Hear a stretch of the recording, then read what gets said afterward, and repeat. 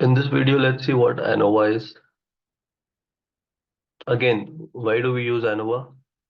It's as simple as we use Anova because we again want to compare the mean of different groups. So Anova generally refers to set of statistical method used to compare mean of different groups.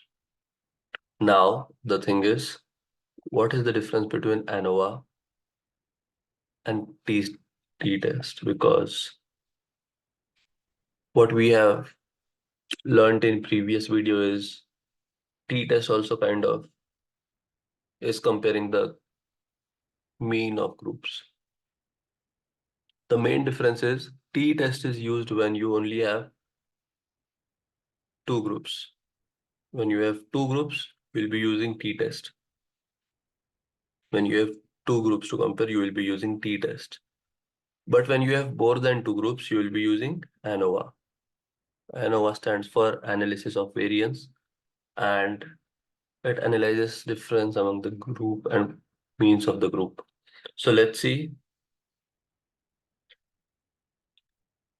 what t-test used was t-statistics, and t-test gave me t-statistics, which was used to find p-value. Similarly, in this case, ANOVA uses f-statistics and it gives me p-value. Three types of ANOVA are one-way ANOVA, two-way ANOVA, and multivariate ANOVA. So one-way ANOVA is basically when you have one dependent variable and one independent variable. So when you have one dependent variable and one independent variable, you can use one-way ANOVA. Two-way ANOVA is basically when you have two independent variable and one dependent variable. When you have two independent variable and one dependent variable, you can use two-way ANOVA.